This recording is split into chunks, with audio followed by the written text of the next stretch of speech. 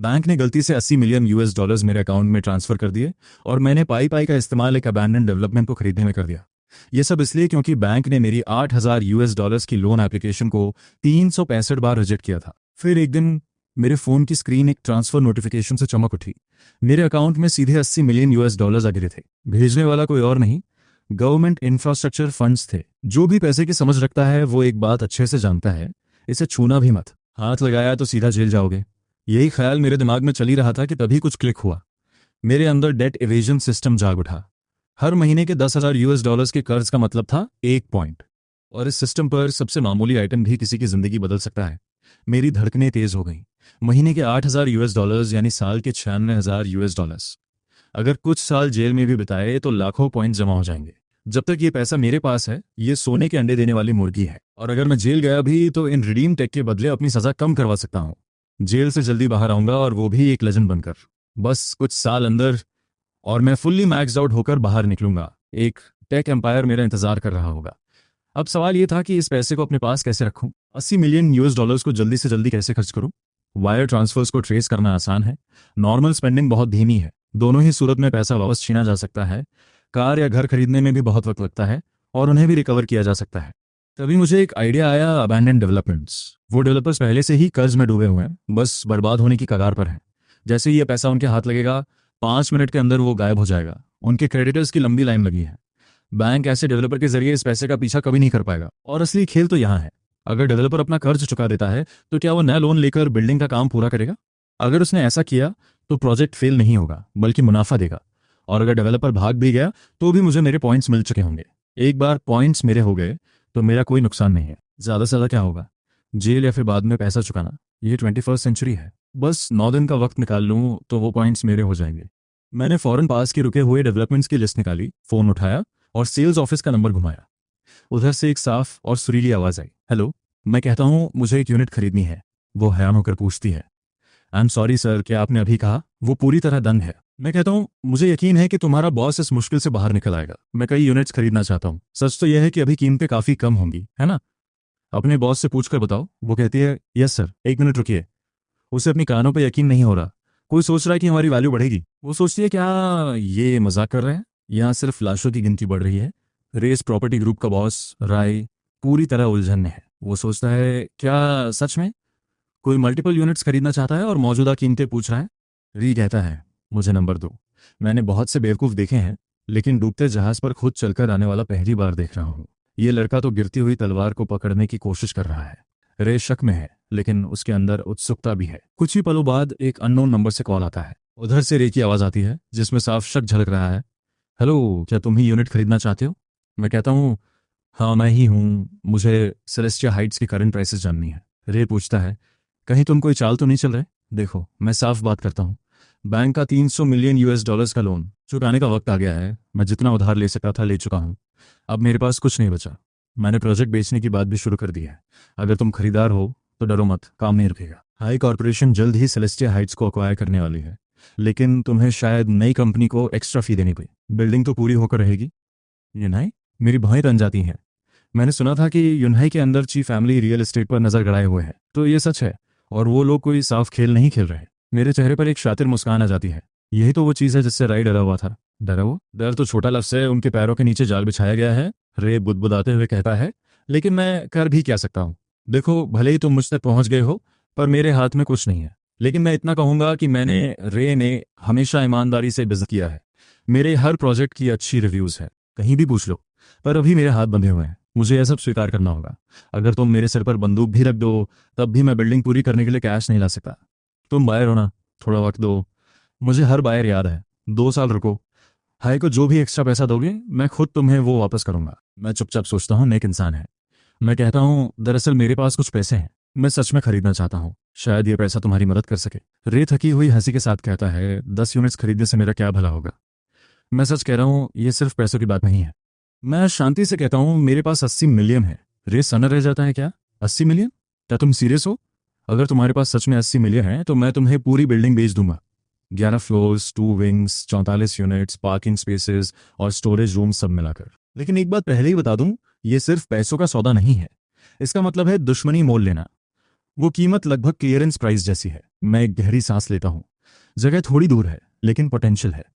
दूसरे लोग हर यूनिट के 2,60,000 दे रहे थे और यहाँ ये 1,82,000 से भी कम में मिल रही है। ऊपर से पार्किंग और स्टोरेज फ्री। रही बात दुश्मन बनाने की, तो उससे मुझे फर्क नहीं पड़ता। मैं खड़ा होकर कमरे में टहलने लगता हूँ और पूछता हूँ, 2 सवाल हैं। योंगचिंग बैंक, क्या वहाँ तुम्हारा कोई कांटेक्ट है जो अभी के अभी एक बड़ा ट्रांसफ़र ऑथराइज कर सके? रे सिर हिलाता है। वो लोन हेड ऑफिस से आया था। वो लोग बहुत दबाव डाल रहे हैं, आधी रात को भी वो मेरा फ़ोन उठा लेंगे। मैं दूसरा सवाल पूछता हूँ, अगर ये पैसा वापस खींचने की कोशिश हुई तो क्या तुम इसे बचा पाओगे? रे काफ़ी देर तक खामोश रहता है और फिर पूछता है, भाई क्या ये डर्टी मनी है? मैं पलट कर कहता हूँ, क्या तुम्हें फ़र्क पड़ता है कि ये गंदा पैसा है या नहीं? रे रुकता है और फिर कहता है, ठीक है, 80 मिलियन मैं संभाल लूंगा। डील कब करनी है? मैं कहता हूँ, अभी के अभी। हर गुजरता मिनट एक खतरा है। मैं राई को पता देता हूँ और फ़ोन रख देता हूँ। 15 मिनट बाद दरवाजे पर दस्तक होती है। मैं दरवाज़ा खोलता हूँ तो सामने एक भारी भरकम आदमी खड़ा है। उसके पीछे बॉडीगार्ड्स हैं जिन्हें लग रहा है कि कोई स्कैम होने वाला है। होशियार है। मैं सीधा मुद्दे पर आता हूँ और रे को बैंक कार्ड थमा देता हूँ, अब तुम्हारी बारी है। रे देखने में कुछ खास नहीं है, मैले कपड़े, बिखरे बाल। वो कहता है, मुझ पर छोड़ दो। वो बैठता है, कार्ड का बैलेंस चेक करता है और अपना फ़ोन निकालता है। विक्टर, हाँ मैं खुश हूँ। सुनो, मुझे पैसे मिल गए हैं, अभी चुका रहा हूँ। आधा घंटा लगेगा, बस एक छोटा सा एहसान चाहिए। मेरा एक दोस्त मुझे पैसे भेज रहा है, बड़ी रकम है। क्या तुम लार्ज ट्रांसफर लिमिट ऑथराइज कर सकते हो? शुक्रिया, अगली बार ड्रिंक्स मेरी तरफ से। वो फोन रखता है, मेरी तरफ देखकर सिर हिलाता है और दूसरा नंबर मिलाता है। चंद, जो पैसा मुझे तुम्हारी कंपनी को देना है मैं भेज रहा हूँ, लेकिन मुझे वो वापस उधार चाहिए। फिक्र मत करो, मुझे रास्ता मिल गया है, हम बच जाएंगे। बस पैसा तुम्हारे अकाउंट से होकर गुजरना चाहिए। रीपेमेंट अंदर, लोन बस बाहर। विक्टर, मेरा ये काम कर दो, डरो मत। ये सिर्फ कागजों पर पैसों का खेल है। बहुत अच्छे, जल्द मिलते हैं। एक के बाद एक कई कॉल्स। तभी मेरा फ़ोन बजता है। एक मैसेज आता है, आपकी टेम्पररी लार्ज ट्रांसफ़र ऑथराइजेशन अब एक्टिव है। कृपया 2 घंटे के भीतर अपना पर्सनल लार्ज ट्रांसफ़र पूरा करें। ये सुविधा ट्रांसफ़र सेक्शन में उपलब्ध है। योंगचिंग बैंक के साथ बैंकिंग करने के लिए धन्यवाद। आपके बिजनेस की सफलता की कामना करते हैं। रे अपना हाथ आगे बढ़ाता है और मेरा फ़ोन ले लेता है। वो बैंकिंग ऐप खोलता है और अपना अकाउंट डिटेल्स डालता है। कुछ ही सेकंड्स में उसके फ़ोन पर ट्रांसफ़र कन्फर्मेशन का संदेश आता है। वो मेरा फ़ोन लौटा देता है और अपना उठा लेता है। वो बहुत तेज़ी से पैसा इधर उधर कर रहा है। अलग अलग अकाउंट्स में अलग अलग रकम, कुछ लाखों में तो कुछ करोड़ों में। 2 अकाउंट्स में तो 2 शून्य मिलियन से ज़्यादा जाते हैं। कुछ मिनट बीतते हैं और कमरे में नोटिफिकेशंस की आवाज़ गूंजने लगती है। रे अपना फ़ोन उठाता है। हर एक ट्रांसफ़र वापस आ चुका है। लोन्स के नाम पर वो सारा फंड अपनी कंपनी के अकाउंट्स में डाल देता है और फिर उनसे बैंक का लोन चुका देता है। काम पूरा होने के बाद वो अपनी कॉन्टैक्ट लिस्ट देखता है और डायल करता है, विक्टर, काम हो गया। वो लोन क्लियर हो गया है ना? क्या आज मुझे कोई दैवीय सहायता मिल गई थी नए लोन के बारे में? हाँ बिल्कुल, 2 दिन दो, फिर बैठकर बात करते हैं। वो 1 मिनट और बात करता है और फिर फ़ोन रख देता है। रे एक ठंडी सांस लेता है। उसके चेहरे पर मुस्कान है पर माथा पसीने से तरबतर है। दबाव बहुत ज़्यादा था। वो कहता है, मैं तुम्हारा कर्जदार रहूंगा। कभी भी कुछ भी ज़रूरत हो बस एक बार कह देना। वो अपना माथा पोंछता है और बॉडीगार्ड को इशारा करता है जो उसे एक डॉक्यूमेंट बैग थमाता है। रे कॉन्ट्रैक्ट्स का एक मोटा बंडल निकालता है, इसे देख लो, अगर सब ठीक लगे तो साइन कर दो। सेलेस्टिया हाइट्स की सबसे बेहतरीन यूनिट। मैंने इसे जानबूझकर बचा के रखा था ताकि कीमतें बढ़ने पर बेचूं। अब ये तुम्हारी हुई। इसे मेरी तरफ से एक शुक्रिया समझो। मैं उसे ध्यान से नहीं पढ़ता, मुझे वैसे भी समझ नहीं आता कि क्या देखना है। मेरे लिए सिर्फ पॉइंट्स मायने रखते हैं, और अगर कॉन्ट्रैक्ट नकली हुआ तो बैंक रे को भी नहीं छोड़ेगा। मेरा काम बस अब उस चीज़ को संभालना है जो बैंक वापस छीनने की कोशिश करेगा। मैं साइन करता हूँ, अंगूठे के निशान लगते हैं और मुहर लग जाती है। दोनों के पास एक कॉपी है। डील पक्की हो गई। इसी बीच रे की उत्सुकता बढ़ जाती है। वैसे वो तुम्हारे पैसे, क्या मैं पूछ सकता हूँ? मैं हमेशा की तरह शांत रहकर कहता हूँ, ज़रूर, क्यों नहीं। रे को यकीन नहीं हो रहा, क्या वो सच में बैंक की गलती थी? मैं उसे मैसेज दिखाता हूँ। रे का मुंह खुला का खुला रह जाता है। वो धीरे से अपना अंगूठा उठाता है। भाई तुम पागल हो, सच में एकदम पागल। ये तो सीधा जेल का मामला है। तभी मैं सोचूं कि तुम्हें दुश्मन बनाने से डर क्यों नहीं लग रहा। मैं एक शातिर नज़रों से कहता हूँ, जेल ज़रूरी नहीं है। एक बार मैंने पैसा खर्च कर दिया तो वो कमाया हुआ माना जाएगा। बैंक इसे चोरी नहीं कह सकता। मेरा पैसा जा चुका है, अब बैंक उस पैसे के पीछे पड़ेगा जो तुम्हारे पास है। रे सारी कड़ियों को जोड़ता है और उसके रोंगटे खड़े हो जाते हैं, खासकर इसलिए क्योंकि उसने ही लार्ज ट्रांसफर लिमिट एक्टिव करवाई थी। वो सोचता है, ओ नहीं, ये तो बहुत बुरा हुआ। उसे लगा था कि ये कोई गबन किया हुआ सरकारी फंड है या शायद ऑफशोर मनी जिसे मुकदमों में सालों तक लटकाया जा सकता है। लेकिन ये तो खुद बैंक का पैसा है, और वो भी लोकल बैंक का। ये धमाका बहुत बड़ा होगा। उसे पछतावा होने लगता है। विक्टर भी अब साफ नहीं बच पाएगा। नए लोन मिलने की सारी उम्मीदें खत्म हो गई हैं। मैं कहता हूं, जरा अच्छी तरफ देखो, तुम भी फंसे हो, विक्टर भी फंसा है और गवर्नमेंट फंड्स भी गायब हो चुके हैं। बैंक को वो पैसा हर हाल में वापस चाहिए, लेकिन पैसा कहाँ है? तुम्हारे पास तो है नहीं। अब बैंक के पास सिर्फ एक ही रास्ता है, तुम्हें एक नया लोन देना ताकि तुम बिल्डिंग पूरी कर सको, क्योंकि सिर्फ एक तैयार बिल्डिंग ही पैसा पैदा कर सकती है। जब ऐसा होगा तो सबका फायदा होगा, सब बच जाएंगे, अबैंडन डेवलपमेंट का कलंक मिट जाएगा, तुम भी बच निकलोगे। और अगर हाई कॉरपोरेशन में फिर से कोई चाल चली तो उन्हें 10 बार सोचना पड़ेगा कि तुम्हारे पीछे कौन खड़ा है, बैंक, शहर की सरकार, और वो हर एक बायर जो महीनों से गुस्से में था। यही एकमात्र रास्ता है। जब तुम्हारी बिल्डिंग पूरी हो जाएगी तो जो यूनिट तुमने मुझे बेची है उसकी कीमत दोगुनी हो जाएगी। बैंक को सिर्फ अपना पैसा ही वापस नहीं मिलेगा बल्कि मोटा मुनाफा भी होगा। वो भला इस मौके को क्यों छोड़ेंगे? और अगर वो हिचकिचाते भी हैं तो कोई ना कोई हमेशा 80 मिलियन के बदले 1 साल का इंतजार करने को तैयार होगा। शायद मुझे जेल भी ना जाना पड़े, सबको एक भविष्य मिल जाएगा। वापसी के रास्ते में रे अपनी मर्सिडीज की पिछली सीट पर बैठा यही सब सोच रहा है। वो जितना सोचता है उतना ही दंग रह जाता है। वो बुदबुदाता है, अविश्वसनीय, सच में यकीन नहीं होता। ये लड़का बैंक की एक गलती की वजह से इसने जलती हुई इमारत से सोना निकाल लिया। कमाल है। उसका बॉडीगार्ड पूछता है क्या ये सच में इतना काबिल है? रे धीरे से कहता है तुम्हारी सोच से भी ज्यादा। आज की बात किसी के कान में नहीं पड़नी चाहिए, समझे? वो जवाब देते हैं, जी बॉस। इधर एक पुराने अंदाज के शान से आंगन वाले घर में लिली 60 सेकंड्स के अंदर पूरी तरह घबरा जाती है। एक अधेड़ उम्र का आदमी एप्रन पहने 2 डिशेज लेकर आता है और प्यार से कहता है, क्या हुआ, इतनी जल्दी में क्यों हो? क्या डिनर तक इंतजार नहीं कर सकती? मैं तुम्हारे साथ वक्त बिताने के लिए हमेशा बहुत बिजी रहता हूँ, पर आज जल्दी घर आ गया, तुम्हारे लिए खाना बनाया और तुम ऐसे बर्ताव कर रही हो। लिली का चेहरा सफेद पड़ चुका है। मुझसे बहुत बड़ी गलती हो गई, मैंने गलत अकाउंट में ट्रांसफर कर दिया 80 मिलियन। ओवन की भौहें थोड़ी सिकुड़ती हैं, फिर वो शांति से सिर हिलाता है, इससे सीखो, आगे से सावधान रहना, पैसा हवा में गायब नहीं होता, उसका पीछा करो और वापस लाओ। पैनिक करने की जरूरत नहीं है। अगर रिकॉर्ड में नाम आता है तो उसे स्वीकार करो, इसे एक सबक समझो। अगर नौकरी जाती है तो दूसरी ढूंढ लेना, ये दुनिया का अंत नहीं है। कभी जल्दबाजी मत करो, जल्दबाजी से कुछ हल नहीं होता, करने से पहले सोचो। लिली अपनी आंखें घुमाते हुए कहती है, हाँ मुझे पता है, तो मुझे हर दिन यही लेक्चर देते हो, मैं जा रही हूँ। वो जल्दी से जूते पहनती है, चाबियां उठाती है और बाहर भाग जाती है। मेरा फोन बजने लगता है, अननोन नंबर। मैं स्पीकर फोन ऑन करता हूँ, हेलो। उधर से एक आवाज आती है जो काफी डरी हुई और कोमल है, जैसे कोई मेमना हो, काफी जवान लगती है। मैं कहता हूँ, मैं ईथन बोल रहा हूँ। वो कहती है, हेलो मिस्टर ईथन, आपको परेशान करने के लिए माफी चाहती हूँ। 2 घंटे पहले मैंने गलती से एक ट्रांसफर कर दिया था, मैंने अभी चेक किया और पैसा जा चुका है। क्या आप बता सकते हैं कि आपने उसे कहाँ इस्तेमाल किया? वो डरी हुई है लेकिन फिर भी बहुत तमीज से बात कर रही है। मुझे थोड़ी सी गिल्ट महसूस होती है, शायद इस लड़की की नौकरी चली जाएगी। मैं शांति से कहता हूँ, मैंने एक अबैंडन डेवलपमेंट में यूनिट्स खरीदी हैं, सेलेस्टिया हाइट्स। डेवलपर के पास बिल्डिंग पूरी करने के पैसे नहीं थे, तो मैंने उन 80 मिलियन से पूरा ब्लॉक ही खरीद लिया। अब उसके पास काम पूरा करने के लिए फंड्स हैं। फिक्र मत करो, जैसे ही बिल्डिंग बन जाएगी मैं उसे बेचकर बैंक का पाई लौटा दूंगा।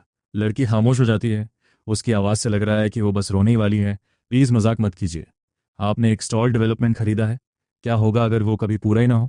मैं उसे चिढ़ाने से खुद को रोक नहीं पाता। अगर वो पूरा नहीं हुआ तो क्या तुम लोग वहां नहीं हो? तुम्हारे बैंक ने पहले ही 80 मिलियन लगा दिए हैं, थोड़े और लगा दो, जिम्मेदारी उठाओ। एक बार चीजें ठीक हो गई तो मुनाफा तुम्हारा ही होगा। वो हकलाते हुए कहती है, हम बैंक हैं, प्रॉपर्टी डेवलपर नहीं। तभी पीछे से शोर और धक्का मुक्की की आवाज आती है। फोन किसी और के हाथ में चला जाता है। उधर से आवाज आती है, हेलो, मैं नॉम बोल रहा हूँ, योंगचिंग ब्रांच का डायरेक्टर। मैं तुम्हें चेतावनी दे रहा हूँ कि वो पैसा गलती से भेजा गया था, उसे अपने पास रखना एक जुर्म है, तुम जेल जाओगे। मैं सपाट आवाज में कहता हूँ, तो फिर आओ और मुझे ले जाओ, मुझे अच्छे से पता है कि मैं क्या कर रहा हूँ। मैं Wong Lane, culture street, building 6, floor 6, west unit पर हूँ। जाओ और जाकर पुलिस को बुला लो। तो तुम एक डेड बीट बनने पर ही तुले हुए हो? नॉम गुस्से में फड़फड़ाता है, इमोशनल मत हो, इमोशन से कुछ ठीक नहीं होगा, ढंग से सोचो। अगर समझ नहीं आ रहा तो पुलिस को बुला लो, उसे कुछ समझ नहीं आ रहा, अब और समझाने का कोई फायदा नहीं। मैं फोन काट देता हूँ। बिल्कुल अविश्वसनीय। इधर योंगचांग ब्रांच के कॉन्फ्रेंस रूम में सन्नाटा पसरा है, माहौल तनावपूर्ण और उलझन भरा है। लिली अपनी कुर्सी पर सुनने बैठी है, चिंताओं में खोई हुई। डायरेक्टर, अब हम क्या करें? पुलिस को बुलाएं? नहीं, रुको। नॉम अपनी भौहें सिकोड़कर पीछे बैठता है। फिर उसे कुछ याद आता है। रिकॉर्ड्स निकालो। एक आम आदमी अपने दम पर इतना पैसा नहीं हिला सकता, किसी ने उसकी मदद की है। क्या कोई इनसाइडर हो सकता है? साथ ही रे के अकाउंट्स चेक करो, पता लगाओ कि वो पैसा कहाँ गया। अपने हर कनेक्शन का इस्तेमाल करो, इस बात को दबाया नहीं जा सकता। लेकिन अगर हम हायर अप्स को कोई सफाई दे सकें और फंड्स रिकवर कर लें तो वो आगे नहीं बढ़ेंगे। रकम बड़ी है लेकिन आखिर में ये सिर्फ एक मिसफायर है। कमरे का माहौल बदल जाता है। इनसाइडर शब्द सबको चुभता है। सबकी निगाहें लिली की तरफ मुड़ती हैं। लिली के चेहरे का रंग उड़ जाता है। उसने सच में गलती की थी, एक छोटी सी चूक, लेकिन अगर उस पर इनसाइडर का लेबल लग गया तो वो एक अकाम्प्लिस बन जाएगी। अब कोई उसके चेहरे को नहीं देख रहा, नॉम मेज पर हाथ मारता है। काम पर लग जाओ। रिकॉर्ड्स तेजी से आते हैं। नॉम डेटा को देखता है, उसके चेहरे पर हैरानी साफ है। कमरे में मौजूद बाकी सब भी दंग है। पैसा अकाउंट में आने के 20 मिनट के भीतर ही मूव कर दिया गया। उस शातिर डायरेक्टर रे के अकाउंट ने पैसे मिलने के 1 मिनट के भीतर ही उन्हें 8 अलग अलग अकाउंट्स में ट्रांसफर कर दिया। सब कॉर्पोरेट अकाउंट्स थे। उनमें से 2 बड़ी फर्में हैं, एक प्रोविंशियल कैपिटल में, एक यहाँ यॉन्गचोंग में। हमने कॉल किया। उन्होंने कहा कि यह डेट रीपेमेंट था। डायरेक्टर आए और उसकी कंपनी के अकाउंट्स की जांच के आधार पर उन सभी 8 कंपनियों ने कुछ ही मिनटों में पैसे वापस रे की कंपनी को ट्रांसफर कर दिए। इसे लोन्स के तौर पर दिखाया गया, कुल 80 मिलियन पूरे। और बात यहाँ और बिगड़ जाती है। डायरेक्टर रे की कंपनी के अकाउंट ने वो फंड्स मिलने के 3 मिनट के भीतर सब कुछ हेड ऑफिस को भेज दिया, जिसे लोन रीपेमेंट बताया गया। वो लोन डेप्यूटी विक्टर के नाम पर था। मिल गया डायरेक्टर। हेड ऑफिस के मुताबिक आपके अकाउंट पर large transfer authorization head office के ही एक कोलीग ने एक्टिवेट किया था, डेप्यूटी विक्टर की पर्सनल रिक्वेस्ट पर। कमरे में सन्नाटा छा जाता है। इनसाइडर कोई और नहीं, विक्टर है। सब हैरान है। नॉम वहां सुन बैठा है। इनसाइडर उसके ऊपर का अधिकारी है। वो अपना फोन उठाता है और बाहर की तरफ भागता है। विक्टर उसका फॉर्मर मेंटर है, वही आदमी जिसने इसी ब्रांच से तरक्की की थी। अगर विक्टर डूबा तो नॉम भी उसके साथ जाएगा। विक्टर, आप मुसीबत में हैं, बहुत बड़ी मुसीबत में। मैं मजाक नहीं कर रहा, ये बहुत बुरा है। 80 मिलियन आपने ट्रांसफ़र ऑथराइज किया था। ठीक है, ठीक है, मैं आपको वापस कॉल करता हूँ। नॉम फ़ोन काट देता है और अपनी कुर्सी पर गिर जाता है। उसका सिर घूम रहा है। एक मामूली मिसडायरेक्टेड ट्रांसफ़र और पूरा शहर इसमें उलझ गया। ऐसे मामले पहले खुद सुलझ जाया करते थे। इसी बीच योंग चोंग डोंग जैन प्रोविंस की राजधानी है। हेड ऑफिस और ब्रांच दोनों का मुख्यालय यही है। उधर विक्टर के ऑफिस में विक्टर गुस्से में पागल होकर डायल करता है। तुम क्या खेल खेल रहे हो? तुम चाहते हो कि मैं ऑफिशियल चैनल्स के जरिए डर्टी मनी चलाऊं? क्या तुम पागल हो गए हो? रे की आवाज उतनी ही शांत है जितनी हमेशा होती है। क्या मैं पागल हूं विक्टर? मेरे पास यही एक रास्ता बचा था। तुम्हें लगता है मैं पागल हूं? विक्टर खामोश हो जाता है। उसे सच में सिरदर्द होने लगता है। वो एक ऐसे आदमी से निपट रहा है जिसके पास खोने के लिए कुछ नहीं बचा। मेरा इससे कोई लेना देना नहीं है। जिसने तुम्हारे लोन्स रिजेक्ट किए और रीपेमेंट के लिए दबाव डाला, वो डेप्यूटी जो था, मैं नहीं। मुझे परवाह नहीं कि किसने क्या किया। अब हम सब एक ही गड्ढे में हैं। या तो हम साथ बचेंगे या साथ डूबेंगे। साथ बचेंगे। या तुम सीरियस हो? विक्टर इस बात से जल बन जाता है। जैसे ही ये बात पब्लिक हुई, मैं खत्म हो जाऊंगा। क्या तुम्हें यह समझ आ रहा है? नहीं, अभी भी बाहर निकलने का एक रास्ता है। रे फिर से पूरा प्लान समझाता है एक एक करके। तो अब समझ आया? तुम पहले से ही बीच मझधार में हो। तुम्हारे पास कोई चारा नहीं है। और इस तरह से सोचो, एक बार जब वो बिल्डिंग पूरी हो जाएगी तो उसकी कीमत 150 मिलियन होगी। उसे बैंक के हाथों में रहने दो, तुम हीरो बन जाओगे। उसे प्राइवेट हाथों में डालो, 1 साल में 70 मिलियन का प्रॉफिट। फैसला तुम्हारा है। जब तक ये ट्रांजेक्शन स्मूथ रहता है, मैं ठीक हूँ, तुम ठीक हो, योंगचिंग ब्रांच ठीक है, हर कोई साफ बच निकलेगा, सबका भविष्य सुरक्षित रहेगा। 80 मिलियन में पूरी बिल्डिंग बेचना। रे इससे खुश नहीं है, लेकिन उसके पास कोई चारा नहीं है। लिनहाई कॉरपोरेशन की साख बहुत बड़ी है। कोई भी वैसा दुश्मन न चाहता। सिर्फ जिंदा बच जाना ही एक जीत है। इस अनपेक्षित मोड़ के बिना उसकी किस्मत पहले ही तय हो चुकी थी। विक्टर शांत हो जाता है। अगर यह सब होने से पहले की बात होती तो वो कभी इसमें शामिल नहीं होता। प्रॉफिट लालच दे रहा है, लेकिन इसे छूने का मतलब है यूनहाई कॉरपोरेशन से पंगा लेना, जो योंग चोंग की अर्थव्यवस्था का एक बड़ा स्तंभ है। अब एकमात्र रास्ता शोर मचाना और बड़े खिलाड़ियों को शामिल करना है। उसके पास खुद को बचाने के अलावा कोई चारा नहीं है, चाहे इसकी कितनी भी कीमत क्यों न चुकानी पड़े। क्या वो बच्चा कॉन्ट्रैक्ट सौंप देगा? उसमें 70 मिलियन का प्रॉफिट है। तुम ये सब अपने पास नहीं रख सकते। ये सुनकर रे को समझ आ जाता है कि विक्टर मान गया है। देखो, अब कोई जेल नहीं जा रहा। तुम्हारे बिना इनमें से कोई भी प्रॉफिट मुमकिन नहीं था। यहाँ नेगोशिएट करने की गुंजाइश है। थोड़ा कम हिस्सा लो या उससे पूछो कि उसे क्या चाहिए। सब मुमकिन है, खासकर जब यूनहाई इसमें शामिल है। विक्टर का चेहरा फिर से उतर जाता है। तुम जानते हो कि इस प्रोविंस में यूनहाई कॉर्पोरेशन की क्या हैसियत है ना? उन्होंने उंगली भी नहीं उठाई और तुम डूबने वाले थे। मैं इतना दबाव नहीं झेल सकता। मुझे इतना प्रॉफिट चाहिए कि लोगों को अपने साथ घसीटना फायदेमंद लगे। तो फिर इसे संभालो या साथ में डूबो, क्योंकि दूसरा रास्ता मौत है। रे शांति से कहता है, यही इकलौता मौका है। मेरे लिए मंच पहले ही तैयार किया जा चुका है। अगर मैं अब पीछे हटा तो कोई छोटा बच्चा मुझ पर हंसेगा। सॉरी विक्टर, भाड़ में जाए। मैं तैयार हूँ। विक्टर मेज पर हाथ मारता है। मेरे लेवल पर क्या वो मुझे सीधे निकाल सकते हैं? मेरे ऊपर भी लोग हैं। कोई ना कोई तो होगा जो प्रेशर झेल सके। वो लोन जिसके लिए तुमने पहले अप्लाई किया था, वो अप्रूव हो गया है। जैसे ही ये मामला सुलझता है, पैसा तुम्हारे अकाउंट में आ जाएगा। बाकी तुम्हारे ऊपर है। चिंता मत करो। रे हंसता है। बेफिक्री से रहो। योंग चोंग में मेरी अपनी भी कुछ पहुंच है। यूनाई ने इतने सालों में जितने कनेक्शंस बनाए थे, आज वो सब दांव पर लगा रहा हूं। इंडस्ट्रीज बदलना पहाड़ों को लांघने जैसा है। एक कंपनी जिसने बोतलबंद पानी बेचना शुरू किया था, वो बिना सोचे समझे रियल एस्टेट में घुस रही है। वो असल में इस इंडस्ट्री के बारे में जानते क्या है? ठीक है, बहुत हुआ। विक्टर अब चिढ़ गया है। वो फोन काट देता है, गहरी सांस लेता है, फिर फ़ोन उठाकर दोबारा डायल करता है। उधर योंग ब्रांच में नॉम फ़ोन काटता है और चैन की सांस लेता है। वो कमरे में चारों तरफ देखता है, हर चेहरा उसी पर टिका है, जवाबों के लिए बेताब। नॉम मुस्कुराता है, मामला सुलझ गया है। कल सुबह सबसे पहले कोई यहाँ आएगा, मैं उनके साथ रहूंगा। इस ब्रांच को कुछ नहीं होगा। सब घर जाओ और आराम करो। कमरे में तुरंत राहत का माहौल छा जाता है। लोग अपना सामान समेटकर बाहर निकलने लगते हैं, लेकिन लिली वहीं रुकी रहती है। उसकी नजरें नॉन पर टिकी हैं। वो एक पल के लिए सोचता है, लिली घर जाओ और सोच विचार करो। इसे याद रखना, अगर ये टल गया तो तुम ठीक हो, अगर नहीं तो मैं समझता हूँ, मैं समझता हूँ। लिली बार बार सिर हिलाती है, शांति से राहत महसूस करती है। न वो अकम्प्लिस है, न इनसाइडर, बस यही मायने रखता है। देर रात लिली अपने स्कूटर से घर जाती है। उसने अभी अपने जूते उतारे ही थे कि लाइट जल जाती है और वो देखती है कि ओवेन अभी भी सोफे पे बैठा है, हाथ में फोन लिए। डैड। लिली की आंखें भर आती हैं। वो भावुक है, लेकिन थोड़ी दुखी भी। वो उसके पास बैठती है। ओवेन हमेशा की तरह शांत है। सुलझ गया? शायद अभी नहीं, वो मानती है। लिली उसे सब कुछ बताती है, शुरू से अंत तक हर एक डिटेल। ओवेन सुनता है, रुकता है और फिर अचानक हंसने लगता है। हूँ, अब ये दिलचस्प है। यूनहाई के अंदर ची फैमिली का गुट, इतनी मेहनत और हाथ कुछ नहीं आया। ये असल में एक अच्छा नतीजा है। रे के खरीदार कई दिनों से गुस्से में थे। अगर ये अपने आप सुलझ जाता है तो और भी अच्छा है। आप हंस रहे, मैं डर के मारे मर रही थी, लिली चिढ़कर कहती है। आपको नहीं पता कि वहाँ क्या चल रहा था। वो असल में एक इनसाइडर पर शक कर रहे थे। मैं बस अकम्प्लिस बनने ही वाली थी। अगर ऐसा होता तो आप भी खत्म हो जाते। कभी नहीं, ओवेन कहता है। उसकी आवाज में एक सख्ती है, फिर वो एक शांत और भरोसेमंद मुस्कान में बदल जाती है। उस कहानी का सच के सामने टिकना नामुमकिन है। बस आराम करो। मुझे अभी भी नहीं पता कि आगे क्या होगा। शायद मेरी ये नौकरी चली जाएगी। लिली आ भरती है। ओवेन मुस्कुराते हुए खड़ा होता है। यहाँ पैसा कमाया जा सकता है और जहाँ पैसा होता है वहाँ कोई ना कोई उसे झपटने के लिए जरूर आएगा। पहले यूनहाई कॉरपोरेशन की साख की वजह से कोई नहीं हिला। अब किसी निडर नौजवान ने उस साख को मिट्टी में मिला दिया है ताकि दूसरे हिचकिचाए नहीं।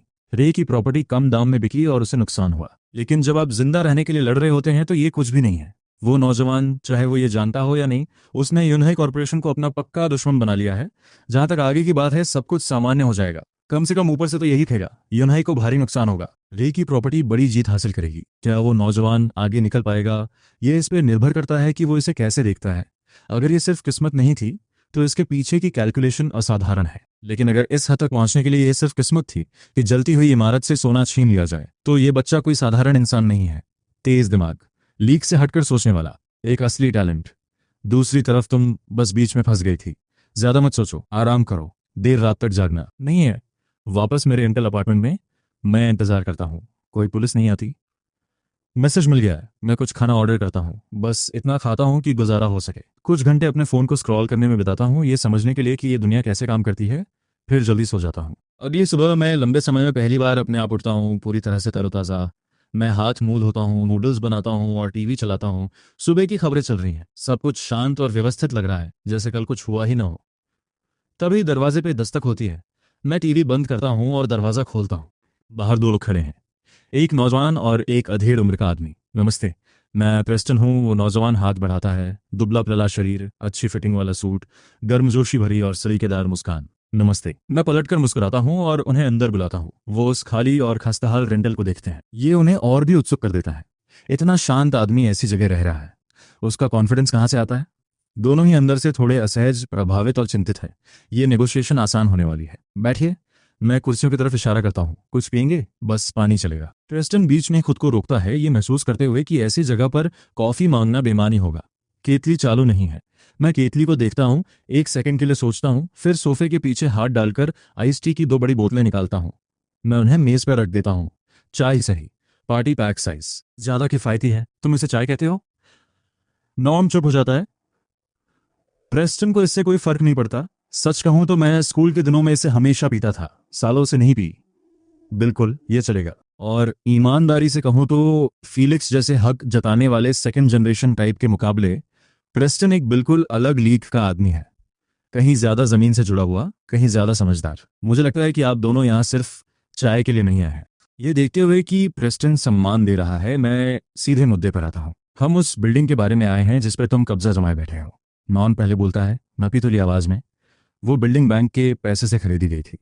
चाहे वो कैसे भी हुआ हो, वो गैर कानूनी तरीके से हासिल किए गए फंड्स हैं। हमने इसकी जांच की है क्योंकि एक गलती हुई थी। हम इसे ठीक करने के लिए जो कर सकते हैं वो करना चाहते हैं। गवर्नमेंट फंड्स को वापस ट्रांसफर किया जाएगा, यह पूरा मामला दब जाएगा, तुम जेल नहीं जाओगे लेकिन बिल्डिंग हमें मिल जाएगी। इसमें कोई दिक्कत नहीं होनी चाहिए, है ना?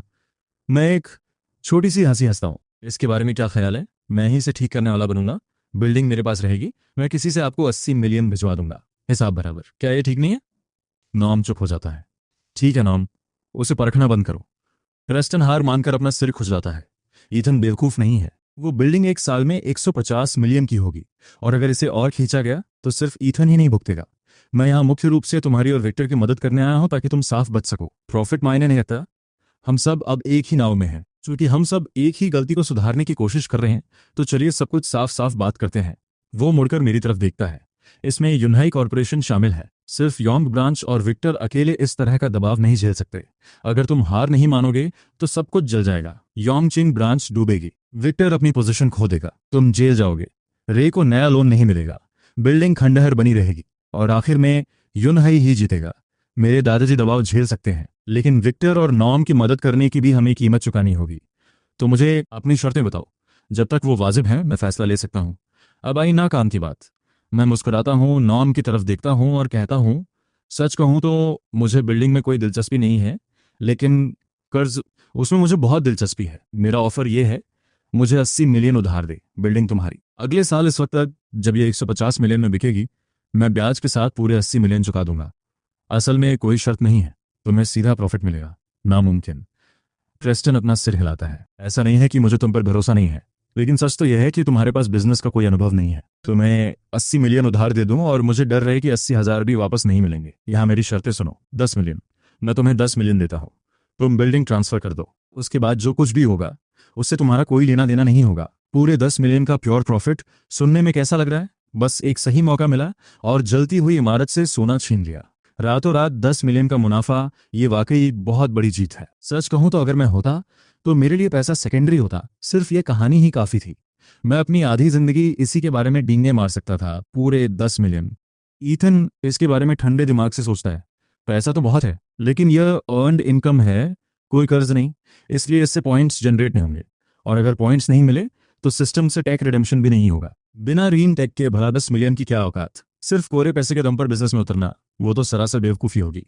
मैं खुद को अच्छी तरह जानता हूँ, शायद एक कौड़ी गंवा दूंगा। एक डायमेंशनल बीट डाउन के जरिए जीत हासिल करना असल में अमीर बनने का यही रास्ता है। ईमानदारी की लड़ाई में तो हार पक्की है। बिजनेस वर्ल्ड में दिमाग का खेल खेलना अभी मैं इसके लिए बहुत कच्चा हूँ। रही बात लोगों को ठगने की, तो न ज़मीर गवाही देता है और न ही भविष्य अच्छा है। जब सामने एक साफ और चमकदार रास्ता हो तो हाथ गंदे करने की कोई जरूरत नहीं है। इधर मामला थोड़ा अटक गया है, कोई भी पक्ष दूसरे के ऑफर से खुश नहीं है। तभी नॉम अचानक बोल पड़ता है, मेरे पास एक आइडिया है। कैसा आइडिया? प्रेस्टन और मैं दोनों उसकी तरफ मुड़ते हैं। नॉम प्रेस्टन की तरफ इशारा करता है, तुम ये बिल्डिंग रख लो। फिर वो मेरी तरफ इशारा करता है, और तुम 10 मिलियन ले लो। हम दोनों के चेहरों पर उलझन साफ है। नॉम फौरन समझाना शुरू करता है, और अब सबसे जरूरी बात, ईथन, तुम कोई ऐसा एसेट हासिल करो जो सुनने में तो बहुत प्रभावशाली लगे, पर उसकी सटीक कीमत लगाना मुश्किल हो। फिर उस एसेट को कोलैटरल बनाकर हमारे बैंक से लोन लो। मेरी भवें तन जाती हैं। कागजों पर तो ये सुनने में ठीक लगता है, पर इसे अंजाम देना इतना आसान नहीं है। नॉम सर हिलाते हुए कहता है, मुझे पता है। सच कहूं तो मैं खुद ऐसा लोन अप्रूव करने की हिम्मत नहीं करता, लेकिन विक्टर मेरे ऊपर है, और विक्टर के ऊपर प्रेस्टन के दादाजी हैं।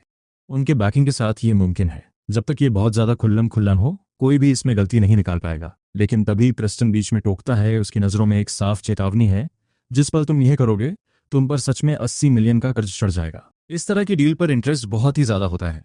अगर तुम वाकई में बड़े पैमाने पर रिटर्न्स ला सकते हो तो ठीक है, लेकिन अगर तुम सिर्फ एक साधारण बिजनेस चलाने की सोच रहे हो तो सोच समझकर कदम रखना। तुम्हारा मुनाफा शायद इंटरेस्ट तक न भर पाए। इसे बिगाड़ना मत, वरना तुम सच में जेल की सलाखों के पीछे होगे। मैं पूरे आत्मविश्वास के साथ सर हिलाता हूँ। नॉम एक और शर्त जोड़ता है, एक और चीज। इस लोन के साइज और तुम्हारी इस अनोखी स्थिति को देखते हुए मुझे कुछ गारंटीज चाहिए। तुम जो भी करने का फैसला करो, हिसाब किताब रखने वाला बंदा हमारा होगा, और तुम्हारी सुरक्षा के लिए बैंक तुम्हें 2 बॉडीगार्ड्स देगा, जिनकी सैलरी हम भरेंगे। और सबसे बड़ी शर्त, अगर तुम्हारे बिजनेस में कोई बड़ा घाटा हुआ तो हम कभी भी तुरंत पूरा रीपेमेंट मांग सकते हैं। मैं नॉर्म को एक नई इज्जत के साथ देखता हूँ। बुककीपर उसका बंदा है, यानी मैं फालतू खर्च नहीं कर सकता। हर डॉलर का हिसाब देना होगा। बॉडीगार्ड्स भी उसके हैं, मेरी हिफाजत के लिए नहीं, असल में वो ये देखने के लिए है कि मैं कहीं भाग न जाऊं। नॉम थकी हुई मुस्कान के साथ कहता है, यही इकलौता तरीका है जिससे तुम्हें कानूनी तौर पर वो 80 मिलियन मिल सकते हैं। मुझे इस तरह मत देखो। अगर हमें कुछ नहीं मिला या तुम गायब हो गए तो मेरी बाकी की ज़िंदगी तबाह हो जाएगी। मैं सहमति में सर हिलाता हूँ। ठीक है, मुझे मंजूर है। मेरे लिए ये शर्तें कोई मायने नहीं रखती।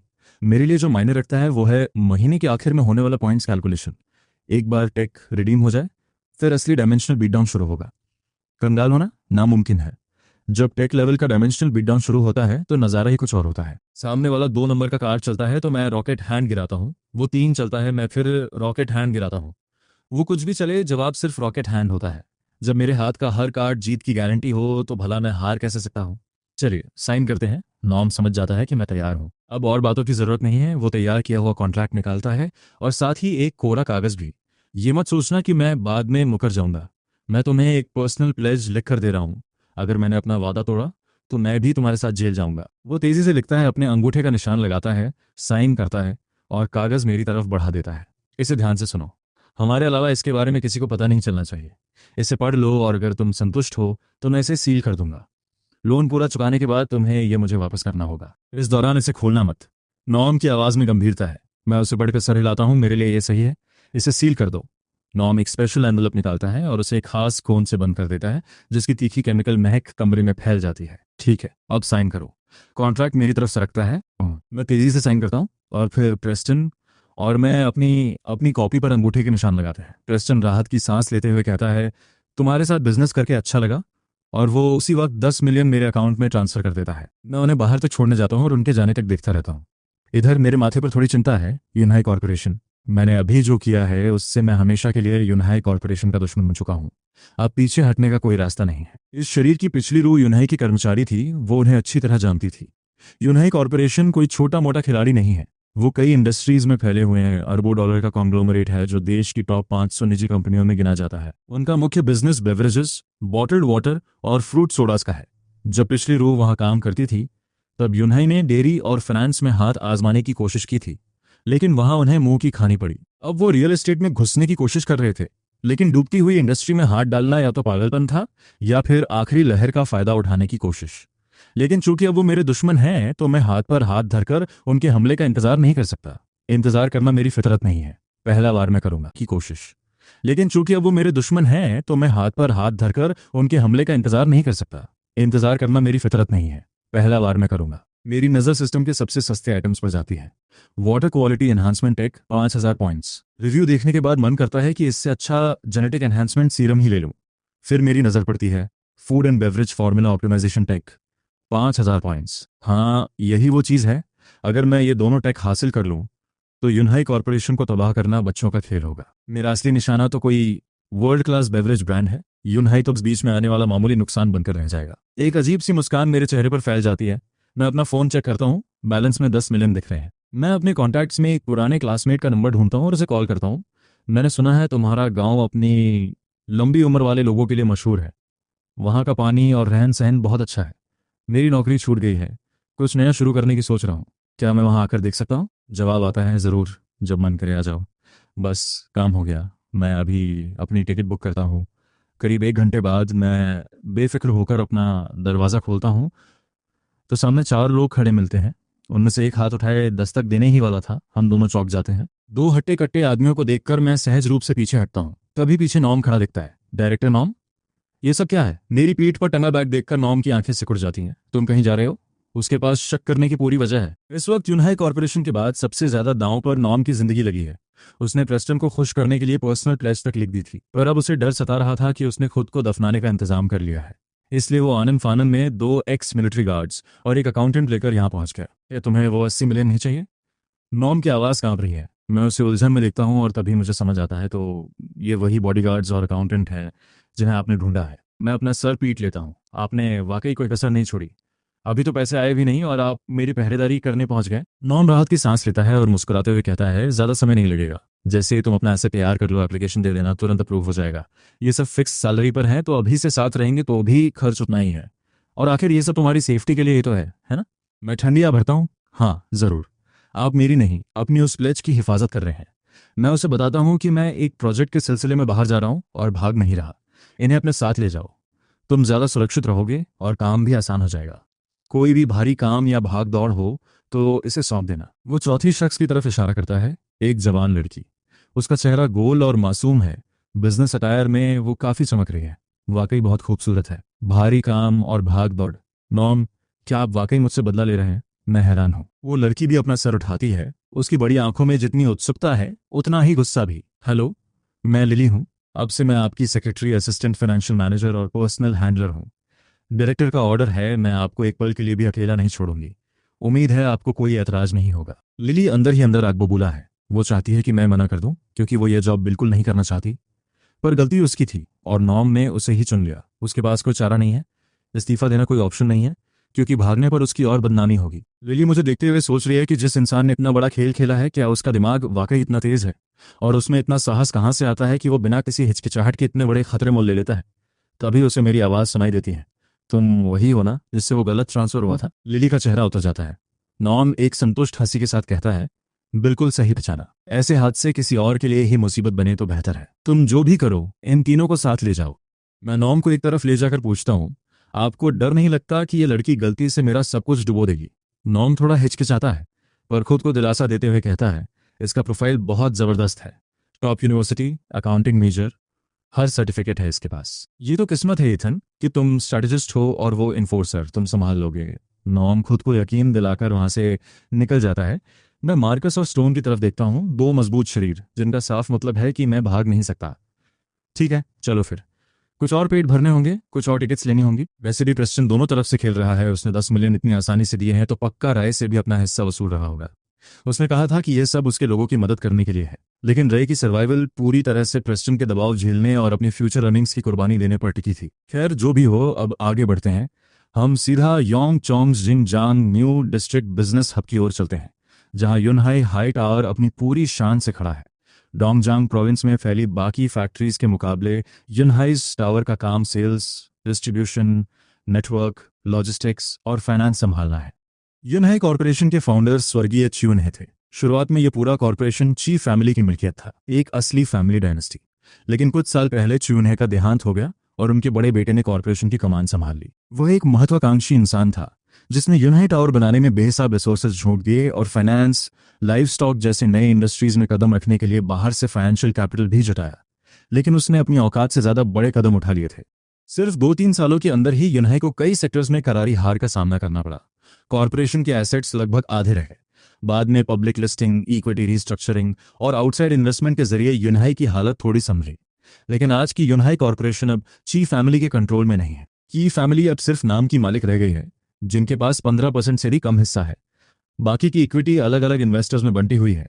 रेक्स, जो की फैमिली का सबसे बड़ा बेटा है, आज भी सिर्फ कागजों पर चेयरमैन है, लेकिन असलियत में उसे बहुत पहले ही किनारे कर दिया गया था। आज यूनाई की असली ताकत एक प्रोफेशनल सीईओ के हाथों में है। डायरेक्टर केन अपने 40S के बीच में है और अपनी उम्र के सबसे बेहतरीन पड़ाव पर है। उसने पहले भी कई बड़ी कॉरपोरेशंस में सीनियर एग्जीक्यूटिव के तौर पर काम किया था। उसकी बेमिसाल परफॉर्मेंस को देखकर ही इन्वेस्टर्स के एक ग्रुप ने उसे प्रेसिडेंट के तौर पर रिक्रूट किया था। शार्प, ड्रिवन, मेटिकुलस और एनर्जी से भरपूर, एक ऐसा इंसान जिसकी विजन कमाल की है और जो बिग पिक्चर समझने में माहिर है। हर बड़ी हेडहंटिंग फर्म का उसके बारे में यही मानना था। यूनाई में आने के बाद इन्वेस्टर्स के भरोसे का फायदा उठाते हुए उसने सिर्फ 2 महीने में पूरा इंटरनल रीस्ट्रक्चरिंग पूरा कर दिया। उसने बड़े पैमाने पर लेऑफ्स किए, कोर टीम को दुरुस्त किया और इस पूरी प्रोसेस के दौरान बोर्ड पर अपनी पकड़ मजबूत कर ली। मानना पड़ेगा कि ये इंसान वाकई बहुत फॉर्मेडेबल है। इन्वेस्टर्स का भरोसा और एम्प्लॉयज का सपोर्ट होने की वजह से केन के पास आज यूनाई कॉर्पोरेशन के अंदर वैसी ही एब्सोल्यूट अथॉरिटी है जैसी कभी ची फैमिली की हुआ करती थी। इस वक्त एक इंटरनल मीटिंग चल रही है। बड़ी स्क्रीन पर पूरी घटना का सीक्वेंस, टेक्स्ट्स और इमेजेस चल रहे हैं। कमरे में मौजूद हर किसी के सामने पूरी तस्वीर साफ है। शार्प ब्लेजर पहनी एक महिला ठंडे और सपाट लहजे में बोलती है, तो बात यहां तक पहुंच गई है। मैं कभी भी रियल एस्टेट जैसे पुराने पड़ चुके इंडस्ट्री में कॉरपोरेशन के उतरने के हक में नहीं थी, लेकिन अब जब ये हो चुका है तो हम यूनाई कॉरपोरेशन की रेपुटेशन को मिट्टी में मिलते हुए नहीं देख सकते। इससे हमारी इन्वेस्टर रेटिंग पर असर पड़ेगा। मैं उम्मीद करती हूँ कि ची फैमिली और यहाँ मौजूद बाकी सभी लोग मिलकर इसका कोई सोल्यूशन निकालेंगे। तभी फिलिक्स बीच में बोलता है, उसका चेहरा गुस्से से तमतमाया हुआ है। विवियन, तुम बहुत ज्यादा बोल रही हो। विवियन के चेहरे के हाव भाव नहीं बदलते। वो बर्फ जैसी ठंडी आवाज में कहती है, क्या वाकई? अगर तुम्हें काबिलियत नहीं है तो हाथ भी मत डालो। तुम जितना ज्यादा करने की कोशिश करते हो उतनी ही ज्यादा अपनी नाक कटवाते हो। फीलिक्स अपनी कुर्सी पीछे धकेलते हुए चल जाता है। और तुम्हारा मतलब क्या है इससे? मेज के सबसे ऊपरी छोर से केन अपना हाथ उठाता है। बहुत हुआ, बैठ जाओ। मुझे सॉल्यूशंस चाहिए, बहस नहीं। फीलिक्स, मेरी बात सुनो और बैठ जाओ। दूसरी सीट पर बैठा रेक्स, जो अभी चेयरमैन है, भी केन की बात का समर्थन करता है। नीचे बैठे एग्जीक्यूटिव्स ने थोड़ी राहत की सांस ली। ऊपर चल रहा यह टेंशन दम घोटने वाला था। कोई एक एग्जीक्यूटिव कहता है, हेड ऑफिस में हमारे कॉन्टैक्ट ने खबर भेजी है। ऊपर से काफी दबाव आया है। डिप्टी जो का कहना है कि उनके हाथ बंधे हुए हैं। हमारी इन्वेस्टिगेशन के मुताबिक दबाव डालने वाला इंसान डोंग जोंग प्रोविंस का chief financial and economic official है। रेक्स अब केन की तरफ देखता है। हमारे इन्वेस्टर्स के बारे में क्या ख्याल है? क्या उनके जरिए दखल देने की कोई गुंजाइश है? केन अपना सिर हिलाते हुए कहता है, अब नहीं। कुछ चीजें मुनाफे से ऊपर होती हैं। यहाँ और भी गहरी परतें जुड़ी हुई हैं। मैं बस इतना कह सकता हूँ कि एक चीज दूसरी चीज से जुड़ती चली गई। फीलिक्स यह सब मानने को तैयार नहीं है, खासकर तब जब वह स्क्रीन पर उस जाने पहचाने चेहरे को देखता है। वह अपने दांत पीसते हुए सोच रहा है, क्या यह सब किसी औरत की वजह से लिया गया बदला है? यह तो हद हो गई। इस एक पल की वजह से यूनहाई कॉर्पोरेशन पर चीफ फैमिली की पकड़ एक लेवल और नीचे गिर गई है। उस औरत की वजह से ही यह सब हुआ है। वह वापस जाकर उससे हिसाब चुकता करना चाहता है। तभी विदेश से लौटा एक एग्जीक्यूटिव सपाट आवाज में कहता है, तो फिर इसे स्वीकार करने के अलावा हमारे पास क्या रास्ता है? ये जगह हमेशा रिश्तों और अनस्पोकन रूल्स पर चलती है। यहाँ ब्रूट फोर्स कैपिटल का तरीका काम नहीं करता। केन फिर से हाथ उठाकर सबको चुप कराता है। बस रेस प्रॉपर्टी ग्रुप एक छोटा मामला है। हाँ, इन्वेस्टमेंट कम नहीं था, लेकिन ये नुकसान बर्दाश्त किया जा सकता है। हर इन्वेस्टमेंट में रिस्क होता है, किसी भी चीज की गारंटी नहीं होती। कदम उठाने से पहले हमें फेलियर के लिए तैयार रहना चाहिए था। इस वक्त सबसे चौंकाने वाला फैक्टर वह अनजान शख्स है। हम यूनहाई कॉर्पोरेशन वाले हारते नहीं हैं, लेकिन हम किसी ऐसे वैसे इंसान से हारने का रिस्क नहीं उठा सकते, और वो भी उससे जिसे हमारी ही कॉर्पोरेशन ने नौकरी से निकाला हो। अभी आपको सिर्फ इस बारे में सोचना चाहिए कि हम अपनी रेपुटेशन कैसे बचाएं और इन्वेस्टर रेटिंग को गिरने से कैसे रोकें। इन शब्दों के साथ ही कमरे में सन्नाटा पसर जाता है। केन सही कह रहा है, हारना सामान्य है, लेकिन किसी मामूली इंसान से हारना सिर्फ गुस्सा दिलाने वाली बात नहीं है, बल्कि ये इज्जत का सवाल है। आप इसे एक एक्सीडेंट कह सकते हैं, लेकिन बाहर वालों को इस पर यकीन भी होना चाहिए। इस वक्त समझदारी इसी में है कि इस पूरी कहानी को दबा दिया जाए। या तो दुनिया को पता चलेगा कि यूनहाई कॉर्पोरेशन बुरी तरह हार गई, या फिर दुनिया को ये याद दिलाया जाएगा कि यूनहाई कॉर्पोरेशन से पंगा लेना भारी पड़ता है। केन उठते हुए कहता है, मीटिंग खत्म हुई। जिसके पास भी कोई ठोस आइडिया हो वह मेरे ऑफिस में आकर मिले। एक लंबा सन्नाटा छा जाता है। कोई जवाब नहीं आता। केन अब और इंतजार नहीं कर सकता। वो कुर्सी छोड़ता है और बाहर निकल जाता है। जैसे ही वो और रेक्स दरवाजे से बाहर निकलते हैं, कमरे में शोर मच जाता है। एग्जीक्यूटिव्स एक दूसरे के ऊपर चिल्ला रहे हैं। ये तो पूरा रायता फैल गया है। उस फाइल के हिसाब से तो वो बंदा छूने के लायक भी नहीं है। अभी अभी तो हमने उसे निकाला है। सुना है उसकी तबीयत भी ठीक नहीं रहती। उस पर हमला करने का कोई जरिया ही नहीं है। दूसरा कहता है, बिल्कुल सही, पकड़ने के लिए कुछ है ही नहीं, कोई एंगल ही नहीं मिल रहा। क्या होगा अगर हम इस सब के पीछे की सच्चाई खोल दें? जवाब मिलता है, क्या तुम पागल हो गए हो? ऐसी बातें इसी कमरे तक रहनी चाहिए। सोचो इसमें कितने लोग शामिल हैं। जब तक ऊपर बैठे लोग साफ सुथरे हैं, तब तक सब ठीक है। ऐसा कुछ करना किसी पवित्र पहाड़ के नीचे बैठे साधु को लात मारने जैसा होगा। तुम खुद तबाह हो जाओगे। इस पूरी कहानी में किसी ने तकनीकी तौर पर कुछ गलत नहीं किया है। अगर ये बाहर निकला तो हम हंसी के पात्र बन जाएंगे। जिसे खुद निकाला उसी ने हमें पछाड़ दिया। तभी एक पुराना सुझाव सामने आता है। फिर तो वही पुराना रास्ता बचता है। उसकी हवा बना दो, हाइट हिम अप। ये काम करता है। अगर तुम उसे एक लेजेंड की तरह दिखाओगे तो उससे हारना शर्म की बात नहीं लगेगी। दूसरा शख्स जाहिर करता है, मुझे नहीं लगता। बड़ी इंस्टीट्यूशंस की हवा बनाना आसान है, लेकिन एक आम इंसान की कैसे? अगर तुम उसे लिविंग लेजेंड भी कहो तो लोगों को यकीन भी तो होना चाहिए। ये बहुत मुश्किल लग रहा है, और सिर्फ हवा बनाना ही मुश्किल नहीं है। एक एग्जीक्यूटिव सोचता है, जब मैं बैठकर वाकई सोचता हूं कि उस बंदे ने क्या कर दिखाया, तो यह सचमुच पागलपन लगता है। अब जाकर एहसास हो रहा है, उस प्रेजेंटेशन ने मुझे हिलाकर रख दिया। मैं बस सुन्न होकर वहां बैठा था। मेरा सिर अभी भी चकरा रहा है। आखिर वो कौन था जिसने ऐसे टैलेंट को नौकरी से निकालने का फैसला किया? क्या गजब का मूव था? यकीन ही नहीं होता। केन के ऑफिस में वो अपनी कुर्सी पर धंस जाता है। उसकी सेक्रेटरी उसे चाय देती है और वो अपनी उंगलियों से अपने सिर को दबाता है। क्या मुसीबत है। बाकी एग्जीक्यूटिव्स जो भी सोच सकते थे वो पहले ही सोच चुका था, लेकिन हर रास्ता या तो नामुमकिन था या फिर उससे हालात और बिगड़ सकते थे। बिजनेस की दुनिया में हाई प्ले मशहूर है। जब दो पक्ष टकराते हैं तो हारने वाला अक्सर जीतने वाले की तारीफ करता है। इससे आपकी क्लास दिखती है, और ये हार कमजोरी नहीं बल्कि सामने वाले की काबिलियत रखती है। ये एक तरह से हार मान लेने और जीतने वाले को पूरी इज्जत देकर मामला रफा दफा करने का तरीका भी है। बिजनेस एक जंग की तरह है, लेकिन एक और कहावत उतनी ही सच है। यहाँ कोई पक्का दुश्मन नहीं होता, सिर्फ पक्के फायदे होते हैं। हर बिजनेस कॉन्फ्लिक्ट मुनाफे के लिए होता है। तुम हारते हो, मुनाफा छोड़ देते हो, लेकिन तुम जानी दुश्मन नहीं बन जाते। पैसा तो आता जाता रहता है, कल को शायद साथ मिलकर काम करना पड़े। बिजनेस में पूरी तरह से बर्बादी कम ही देखने को मिलती है और जो लोग उस रास्ते पर चलते हैं वे ज्यादा टिक नहीं पाते। तभी सेक्रेटरी धीरे से कहती है, डायरेक्टर, शायद convenience snack food development division के हेड का कहना है कि उसके पास इस स्थिति को संभालने का एक तरीका है। वह बाहर इंतजार कर रहा है। केन थोड़ा हैरान होकर ऊपर देखता है। ये वही डिवीजन है ना जिसने उसे निकाला था? वह रुकता है और कहता है, उसे अंदर भेजो, मैं सुनना चाहता हूँ।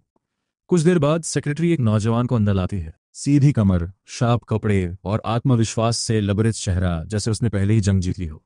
सबसे जरूरी बात, वो चीफ फैमिली से नहीं है। केन मन ही मन सोच रहा है, इतनी कम उम्र में मैनेजमेंट पोजीशन पर, और चीफ फैमिली से भी नहीं है। क्या वाकई इस कंपनी में कोई छिपा हुआ टैलेंट है? क्या मैंने पहले ऐसे किसी को नजरअंदाज कर दिया था? एक असली स्ट्रैटेजिस्ट को बाहर जाने दिया और ऐसा टैलेंट अनजाना ही रह गया। केन सोचता है कि अब पूरी कॉरपोरेशन में एक सीरियस टैलेंट ऑडिट करने का वक्त आ गया है। जब से उसने इस पूरे मामले को देखा है, उसे पुराने बिजनेस बैटल्स अब बोरिंग लगने लगे हैं। वो पहले प्राचीन युद्ध नीति की किताबें पढ़ता था और सोचता था कि यह सब बढ़ा चढ़ाकर लिखा गया है। उसे लगता था कि असल दुनिया में कोई भी इंसान 10 कदम आगे की सोचकर दूर बैठे जीत हासिल नहीं कर सकता। लेकिन आज उसे लगता है कि शायद उसे वे किताबें फिर से पढ़नी चाहिए। जलती हुई इमारत से सोना चुराना और हर तरफ से बाजी मार लेना, उस बंदे ने सबको मास्टर क्लास दी है। नौजवान आगे बढ़ता है और पूरे कॉन्फिडेंस के साथ कहता है, डायरेक्टर, केन की उत्सुकता बढ़ती है। मेरी सेक्रेटरी ने बताया कि तुम्हारे पास कोई सोल्यूशन है। चलो सुनते हैं। जो भी हो, काम करे या ना करे, मैं तुम्हें इसके लिए जिम्मेदार नहीं ठहराऊंगा। केन पूरी तरह से रिलैक्स होकर एक उदार नेता के रूप में आ जाता है। नौजवान काफी खुश दिखता है और माफी से शुरुआत करता है। शुक्रिया डायरेक्टर, मैं टेक डिवीजन संभालता हूँ। उस टर्मिनेशन को आपने अप्रूव किया था, लेकिन मैंने ही उसे फ्लैग किया था। उसे एक मेडिकल कंडीशन थी। वह खुद पर बहुत दबाव डाल रहा था। मुझे डर था कि कंपनी पर कोई लायबिलिटी ना आ जाए। इस सब के बाद मैं खुद को जिम्मेदार मानता हूँ। मैंने कंपनी को निराश किया। वह मेरे ही डिवीजन से था। मैंने हर सावधानी बरती, फिर भी इसे नहीं रोक पाया और उसने कंपनी को इतना बड़ा नुकसान पहुंचाया। सचमुच गुस्सा आता है। और सोचिए, हमने उसे एक अच्छा सेवरेंस पैकेज भी दिया था। नौजवान आगे कहता है, क्योंकि वो मेरे डिवीजन से था, इसलिए यह खबर फैलते ही सबसे पहले मुझे पता चला। मैंने तुरंत लोगों को उसके पीछे लगा दिया। मुझे पता चला है कि उसने एक प्राइवेट एम्प्लॉय ग्रुप चैट में जिक्र किया था कि वह स्टॉल डेवलपमेंट में पैसा लगाना चाहता था।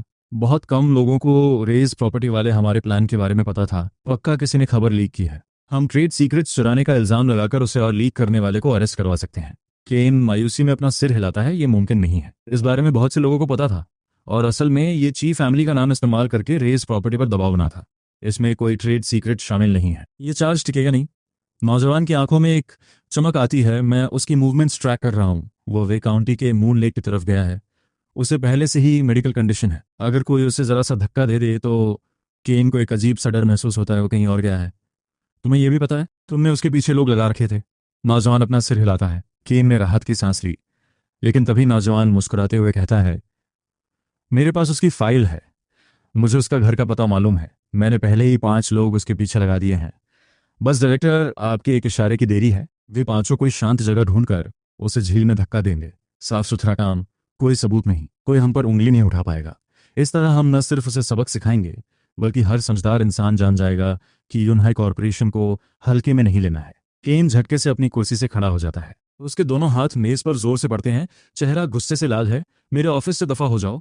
नौजवान हक्का बक्का रह गया। उसे समझ नहीं आया कि क्या हुआ। केन फिर दहाड़ता है, बाहर निकलो।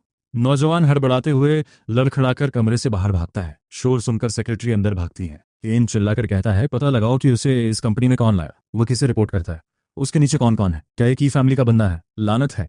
उन सबको नौकरी से निकाल दो। सबको अभी के अभी फायर करो। केन आपे से बाहर है। सेक्रेटरी तुरंत बाहर निकलती है। डायरेक्टर केन अपनी सांसें काबू करने की कोशिश करता है। गुस्से में वह अपने ऑफिस में यहाँ वहाँ टहलने लगता है। वह पानी का गिलास उठाता है, लेकिन पीने के बजाय उसे फर्श पर दे मारता है। लानत है, ये सब क्या है? सब कहते थे कि रेक्स फैमिली गंदा खेल खेलती है, लेकिन इतना गंदा? मैं यहाँ एक प्रोफेशनल मैनेजर के तौर पे आया हूँ और अब वे चाहते हैं कि मैं ये सब करूँ। वे मुझे भी अपने साथ डुबोना चाहते हैं। केन जितना इस बारे सोचता है, उसका गुस्सा और डर उतना ही बढ़ता जाता है। शुक्र है कि उसने उस तरह से बात नहीं की। उसने एक स्पेसिफिक सॉल्यूशन मांगा था। ये नहीं कहा था कि जो इसे ठीक करेगा उसे रिवॉर्ड मिलेगा। अगर उसने वैसे कहा होता तो अब तक केन झील के नीचे होता और मैं डोर खींच रहा होता। ये सोचकर ही उसकी रीढ़ में सिहरन दौड़ जाती है। वह फोन उठाता है और डायल करता है। हेलो एविन, मेरे ऑफिस आओ, मुझे कुछ मिला है। इस कंपनी के अंदर बहुत सी समस्याएं हैं और शायद कुछ और ले ऑफ्स होने वाले हैं। वह फोन रखकर कुर्सी में धंस जाता है और अपना सिर पकड़ लेता है। इन लोगों को क्या हो गया है? ये कंपनी तुम्हारी जागीर नहीं है। तुम बस एक कर्मचारी हो जो साल के कुछ पैसे कमाता है, और तुम इनके लिए अपनी जान जोखिम में डाल रहे हो। आखिर रेक्स फैमिली ने तुम्हें ऐसा क्या दे दिया है? उधर वे काउंटी के मून लेक में झील के ऊपर पतझड़ की ठंडी हवा चल रही है।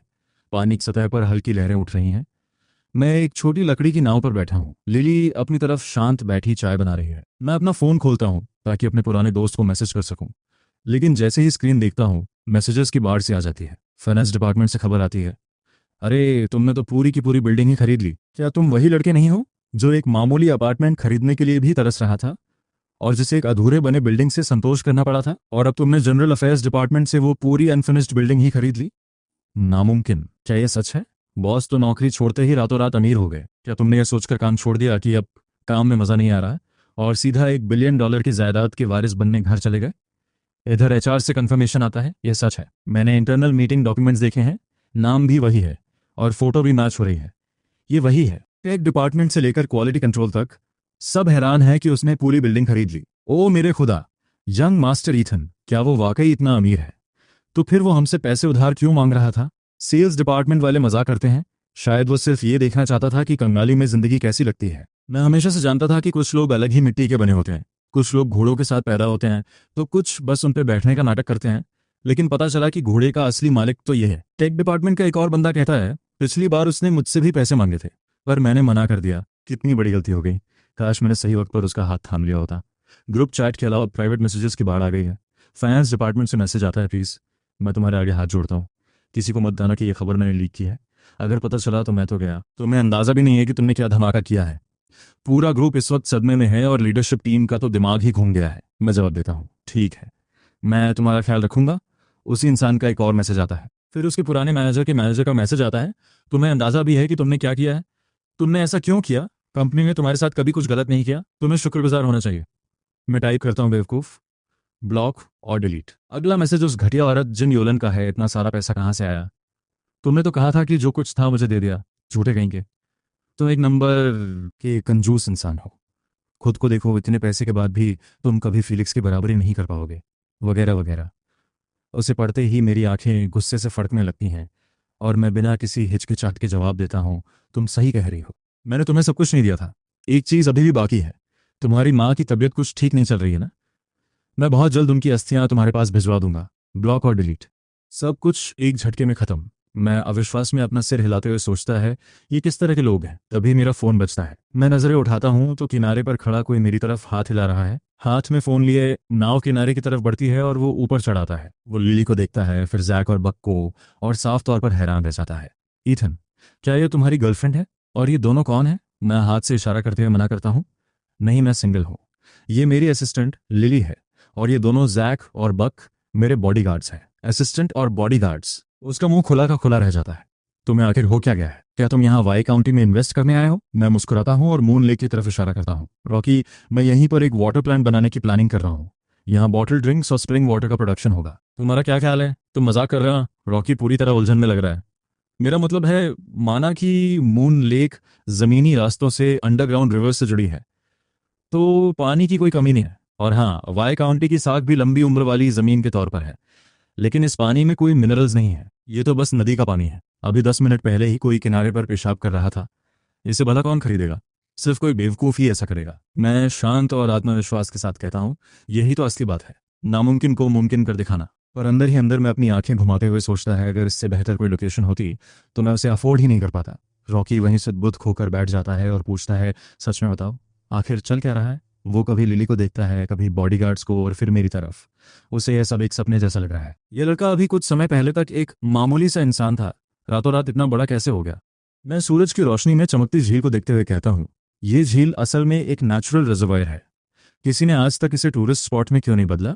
रॉकी को अभी भी यकीन नहीं हो रहा, पर वो जवाब देता है, यंग सिटी इस प्रांत की राजधानी है और उसके आसपास बहुत सारे टूरिस्ट स्पॉट्स हैं। वाई काउंटी भले ही यंग सिटी के अधिकार में आती है, लेकिन ये बहुत दूर है। यहाँ के ज्यादातर नौजवान काम की तलाश में शहर चले गए हैं। यहाँ की लोकल इकोनॉमी बस जैसे तैसे चल रही है। टूरिज्म के बारे में तो भूल ही जाओ।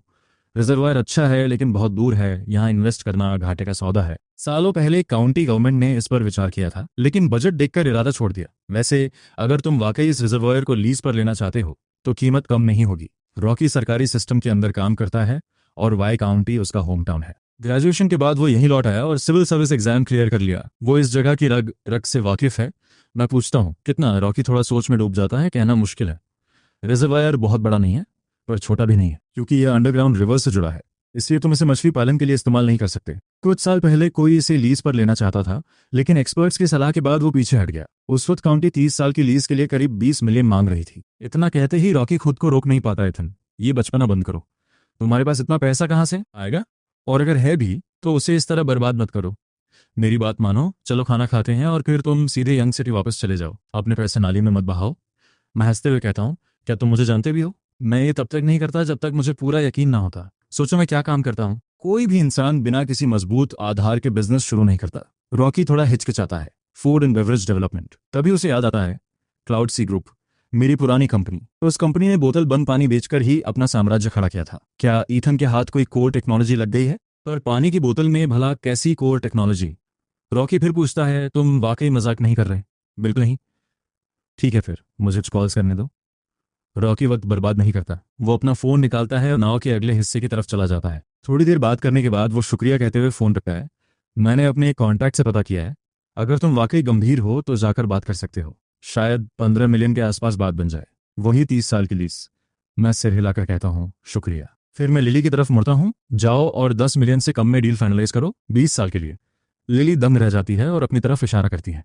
मैं अपनी ठुड्डी सहलाते हुए कहता हूँ, इस वक्त तुम ही मेरी सबसे काबिल इंसान हो। तुम्हारे अलावा और कौन जाएगा? इससे पहले कि वो बहस करे मैं आगे कहता हूँ, या फिर तुम डायरेक्टर नॉम को कॉल करके किसी और काबिल बंदे को भेजने के लिए कह सकती हो। लिली तुरंत चुप हो जाती है और जमीन की तरफ देखने लगती है। वो चिड़ी हुई है और फंसी हुई भी।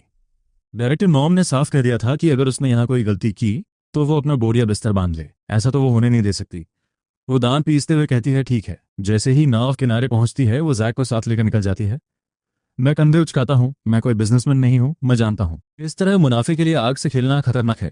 पर कोई कुछ भी सोचे, बात सिर्फ एक ही है, मुझे गिरने का डर नहीं है, क्योंकि मेरे पीछे सिस्टम खड़ा है और वक्त भी सही है। बड़ी बड़ी स्ट्रैटेजी और दूर बैठकर जीत हासिल करने वाली बातें सब बकवास है। मैं बस एक आम इंसान हूँ और मेरा एक ही मानना है, एक्सपर्ट्स का काम एक्सपर्ट्स को करने दो और खुद उनके रास्ते से हट जाओ। लिली जैसे फाइनेंस प्रोफेशनल के मुकाबले मैं सिर्फ आराम कर सकता हूँ, मजे ले सकता हूँ और जरूरत पड़ने पर नेक्स्ट लेवल टेक सामने ला सकता हूँ और फिर बैठकर बस पैसे गिन सकता हूँ। डिटेल संभालना मेरा काम नहीं है। मैं कहता हूँ चलो कुछ पीते हैं। रॉकी अचानक फिक्रमंद हो जाता है। क्या उसे अकेले भेजना ठीक है?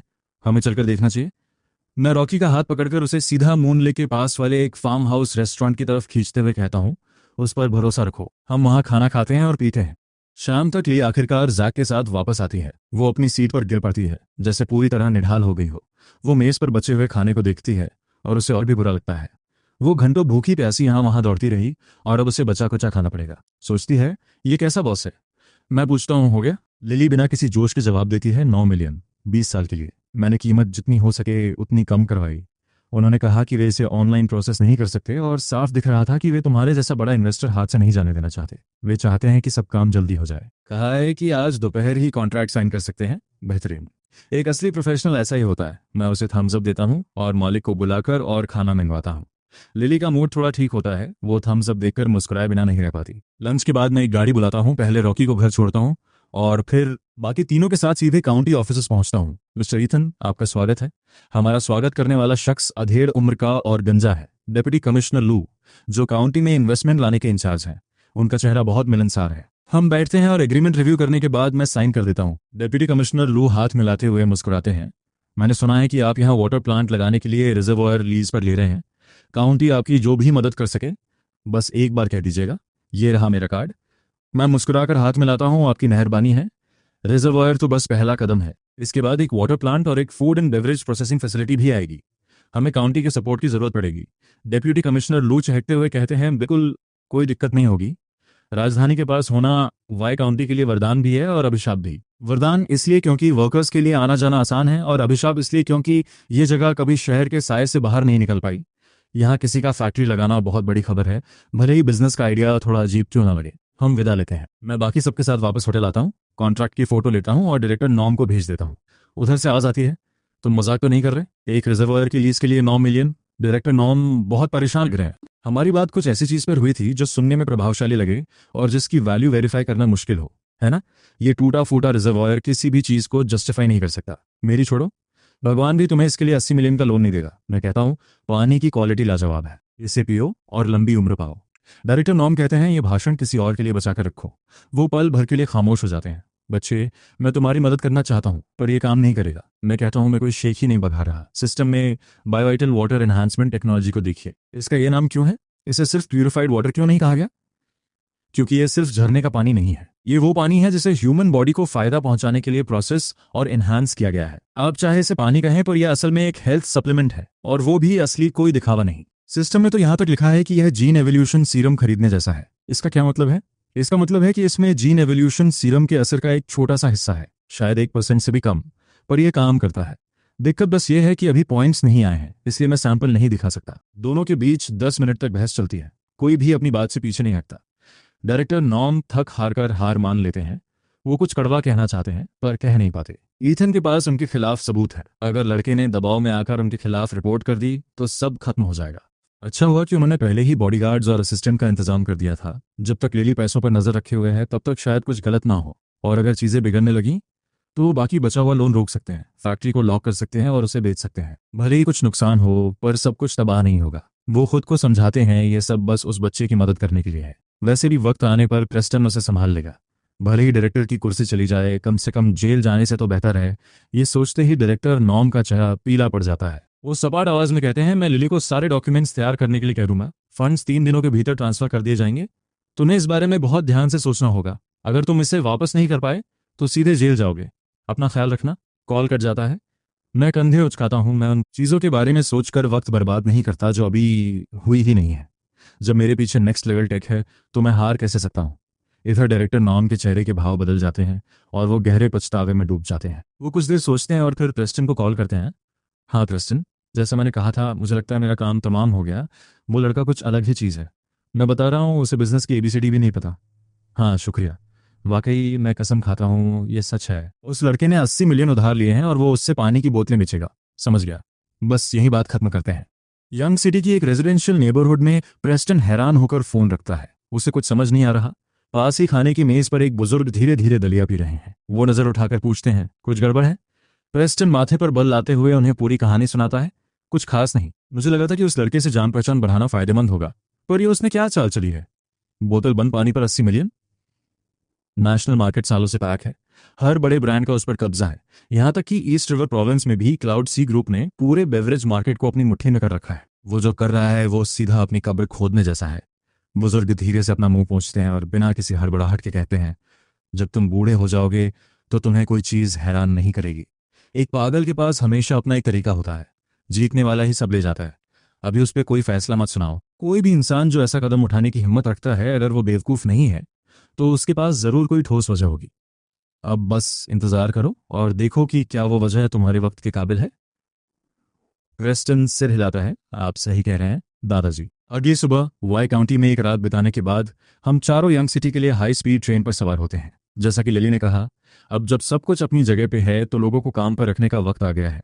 उसे खुद बिजनेस चलाने के बारे में ज्यादा नहीं पता और इसी काम के लिए प्रोफेशनल्स होते हैं। मैं मान जाता हूँ, इसलिए मैं सुबह 10 बजे तक सोता हूँ। जब तक हम जॉब फेयर पहुंचते हैं सुबह के 11:30 बज चुके होते हैं। कुछ कंपनियां तो अपना बोरिया बिस्तर समेटना शुरू कर चुकी हैं। लिली खुद को रोक नहीं पाती। मैंने तुम्हें जगाने के लिए कितनी बार कॉल किया और अब देखो सब लगभग खत्म हो चुका है। अब हमें कोई कैसे मिलेगा? मैं पूरी तरह बेफिक्र होकर कहता हूँ, किस्मत की बात है। ये फलियां छीलने जैसा है। अच्छे लोग पहली मिलने वाली कंपनी को खुद को सस्ते में नहीं बेचते। अभी पैसे हाथ में नहीं आए हैं, एक दिन पहले या बाद से कोई फर्क नहीं पड़ता। सिस्टम मेरे साथ है। जब तक हम जिन लोगों को हायर कर रहे हैं वो बेवकूफ नहीं है, वे कोई ना कोई रास्ता निकाल ही लेंगे। लिली एक बूथ किराए पर लेती है और एक कच्चा पक्का बोर्ड लगा दिया जाता है। मैं वहां की कुर्सी पर ऐसे बैठ जाता हूं जैसे वो जगह मेरी ही हो। वहां से गुजरने वाले लोग रुककर दोबारा देखते हैं। उनकी आंखों में चमक तो आती है पर कोई आगे आने की हिम्मत नहीं करता। वहां एक असिस्टेंट है, बॉडीगार्ड्स हैं, और वो बॉडीगार्ड्स तो किसी पत्थर की मूर्ति जैसे लग रहे हैं। ये सेटअप साफ तौर पर किसी आम काम करने वाले के लिए नहीं है, पर अपवाद तो हमेशा होते हैं। कुछ मिनटों बाद एक बिखरे बालों वाला, बिना दाढ़ी बनाए थका हुआ सा अधेड़ उम्र का आदमी चलकर आता है और कुर्सी पर बैठ जाता है। पूछता है, आप किन पदों के लिए हायरिंग कर रहे हैं? सब कुछ। तुम क्या करना चाहते हो? वो आदमी हंसते हुए कहता है, सब कुछ। क्या आप जनरल मैनेजर हायर कर रहे हैं? क्या मैं उस काम के लिए फिट रहूंगा? मैं कहता हूँ, मुझे लगता है तुम रहोगे। मैं एक कॉन्ट्रैक्ट निकालता हूँ और मेज पर रख देता हूँ, साइन कर दो। कॉन्ट्रैक्ट लिली ने तैयार किया था और कंपनी कल ही डिप्टी कमिश्नर लोग की हरी झंडी के बाद रजिस्टर हुई थी। वो आदमी ठिठक जाता है। लिली मुझे अविश्वास से घूरती है। मैं मुस्कुराते हुए कहता हूँ, क्या हुआ, डर गए? वो आदमी कॉन्ट्रैक्ट पलटते हुए कहता है, मुझे किसी चीज़ से डर नहीं लगता। स्टार से फूड्स एंड बेवरेजेस कल ही बनी है, वाई काउंटी में बेस है। लगता है आप अभी सिर्फ फेज में है।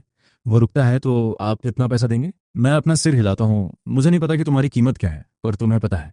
इस पोस्ट की सैलरी खुद लिख लो। शुरू करने से पहले आज का पहला टारगेट सेट करते हैं। इस वीडियो पर 2K लाइक्स का एम।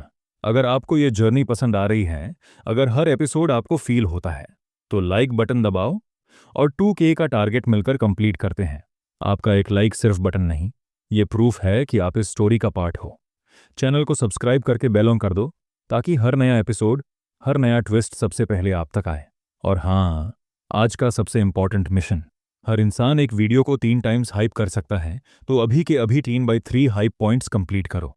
ये सिर्फ नंबर्स नहीं हैं, ये डिसाइड करेगा कि नेक्स्ट एपिसोड फुल पावर के साथ आएगा या नहीं। इतनी मेहनत और टाइम लगता है हर एपिसोड में। अगर सपोर्ट स्ट्रांग रहा तो सीरीज और भी इंटेंस होगी, लेकिन अगर रिस्पॉन्स वीक रहा तो शायद ये जर्नी यहीं रुक सकती है, या फिर आगे सिर्फ मेंबर्स के लिए कंटिन्यू होगी। डिसीजन आपके हाथ में है। 2K लाइक सेम कंप्लीट करो, 3/3 हाइप फिनिश करो, लाइक और सब्सक्राइब करो, और कमेंट में लिखो मिशन कंप्लीट। ये सिर्फ चैनल नहीं, हमारी कम्युनिटी का पावर मोमेंट है।